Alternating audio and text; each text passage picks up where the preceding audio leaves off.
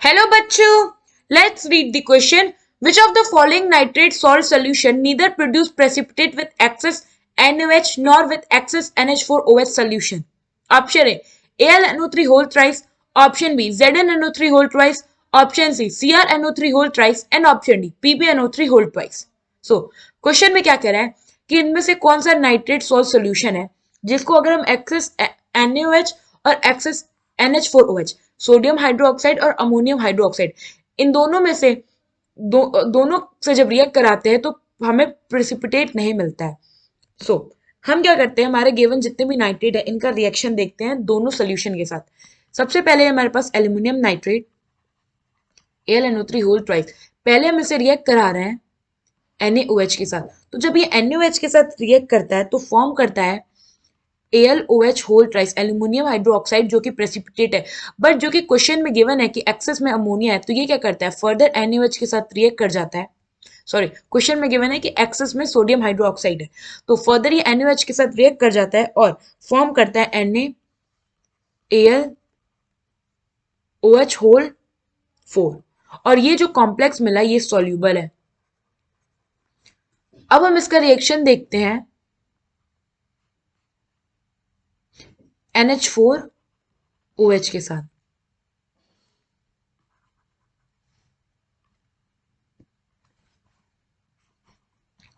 NH4OH, तो जब ये NH4OH के साथ रिएक्ट करता है तो ये बनाता है AlOH होल ट्राइस और ये क्या करता है, प्रेसिपिटेट होता है और ये फर्दर विद NH4OH के साथ रिएक्ट करके जो कंपाउंड बनाता है वो इनसॉल्यूबल होता है। इनसॉल्यूबल इट मीन्स वो प्रेसिपिटेट होगा। बट हमें कहा था कि दोनों केसेस में, दोनों सोल्यूशन के रिएक्शन में हमें प्रेसिपिटेट जो होता है नहीं मिलना चाहिए। सो ये वाला तो हमारा ऑप्शन करेक्ट नहीं होगा क्योंकि इसमें केवल हमें जब हम अमोनियम हाइड्रोक्साइड के साथ रिएक्ट करा रहे हैं तभी हमें प्रेसिपिटेट मिल रहा है। अब हम देखते हैं हमारा सेकेंड में हमारे पास zinc nitrate HNO3 whole twice. सबसे पहले हम इसको रिएक्ट करा रहे हैं NaOH के साथ। तो जब हम रिएक्शन कराते हैं तो प्रोडक्ट में हमें मिलता है ZnOH whole twice, zinc hydroxide जो कि प्रेसिपिटेट है और ये फर्दर NaOH के साथ रिएक्ट कर जाता है और फॉर्म करता है Na2ZnOH होल 4। और ये जो कॉम्प्लेक्स मिला है हमारा, ये कॉम्प्लेक्स जो होता है ये सोल्यूबल होता है ना। अगर हम इसका रिएक्शन देखें फर्दर,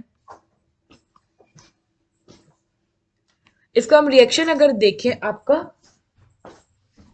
NH4OH के साथ, तो एक चीज मैं बता दूं, जो NH4OH है ये जब रिएक्ट करता है तो ये इसका NH3 अमोनिया वाला पार्ट जो होता है रिएक्ट करता है, बाकी जो नाइट्रेट का पार्ट है वो आपका निकल जाता है। तो यहाँ पे बेसिकली Zn2 प्लस रिएक्ट कर रहा है और यहाँ पे आपका Al+3 आयन रिएक्ट कर रहा है। सो अब हमने क्या किया, जब इसको रिएक्ट कराते हैं तो अमोनिया पार्ट रिएक्ट किया इसका और प्रोडक्ट में हमें मिला ZnOH whole twice which is the precipitate. Further ये क्या किया, एन अमोनिया के साथ रिएक्ट किया और फॉर्म किया ZnNH3 whole 4, total power 2 plus charge जो है। और ये भी जो हमारा कॉम्प्लेक्स बना है ये सॉल्यूबल होता है। तो यहां से हमें एक चीज तो मिल गया, जो जिंक नाइट्रेट है इधर वो NaOH से रिएक्ट करे या एक्सेस में NH4OH के साथ रिएक्ट करे, दोनों केसेस में ये प्रेसिपिटेट नहीं प्रोड्यूस कर रहा है। क्योंकि प्रेसिपिटेट अगर होता तो वो क्या होता है, इनसॉल्यूबल होता है। बट यहाँ पे दोनों जो प्रोडक्ट है वो सॉल्यूबल है।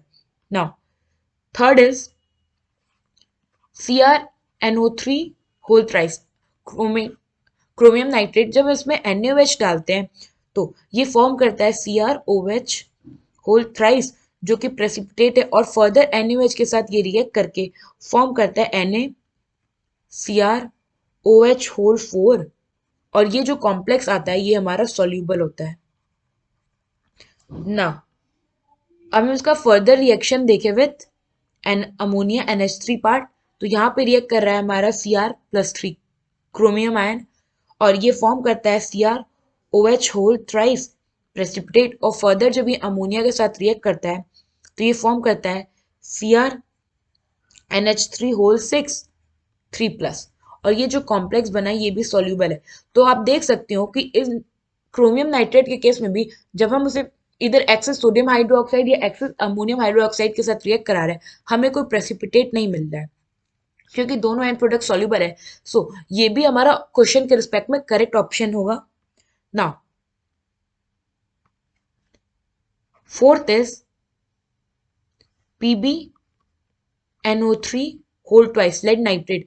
जब हम इसे रिएक्ट कराते हैं NaOH के साथ तो ये फॉर्म करता है PbOH whole twice lead hydroxide जो कि प्रेसिपिटेट होता है। और फर्दर ये क्या करता है, जब NaOH के साथ रिएक्ट करता है तो ये फॉर्म करता है Na in bracket PbOH whole 4 और ये प्रोडक्ट जो होता है ये सॉल्यूबल होता है ना। लास्ट रिएक्शन में क्या है कि हम इस लेड नाइट्रेट को रिएक्ट करा रहे हैं अमोनिया के साथ। तो अगर आप देखो तो लेड नाइट्रेट में हमारा Pb2 प्लस कैटायन होता है, अमोनिया के साथ रिएक्ट किया तो ये सबसे पहले तो बनाता है lead hydroxide. Basically it's not the ammonia, ये कंस्टिट्यूट मैं बता रही हूँ। रिएक्शन तो NH4OH के साथ ही हो रहा है बट अमोनिया इसका कंस्टिट्यूट है, तो प्रेसिपिटेट मिला। फर्दर ये क्या करता है आपका NH4OH के अमोनिया पार्ट के साथ रिएक्ट किया और जो प्रोडक्ट बना है वो क्या होता है, इनसॉल्यूबल होता है ना। सो इस रिस्पेक्ट में ये भी हमारा जो स्पीसीज है वो गलत है, क्योंकि क्वेश्चन में क्या पूछा था कि कौन सा नाइट्रेट सॉल्ट है जो कि प्रेसिपिटेट नहीं बनाता है अगर हम उसे सोडियम हाइड्रोक्साइड या फिर अमोनियम हाइड्रोक्साइड के साथ रिएक्ट कराए। तो हमने देखा जिंक नाइट्रेट और क्रोमियम नाइट्रेट, ये दोनों के केस में हमें एंड प्रोडक्ट सॉल्युबल मिल रहा है, इट मीन्स कोई प्रेसिपिटेट नहीं है। सो यहाँ पे हमारा ऑप्शन बी और ऑप्शन सी ये दोनों ऑप्शन करेक्ट होंगे। आई होप आपको ये क्वेश्चन समझ में आया होगा। Thank you.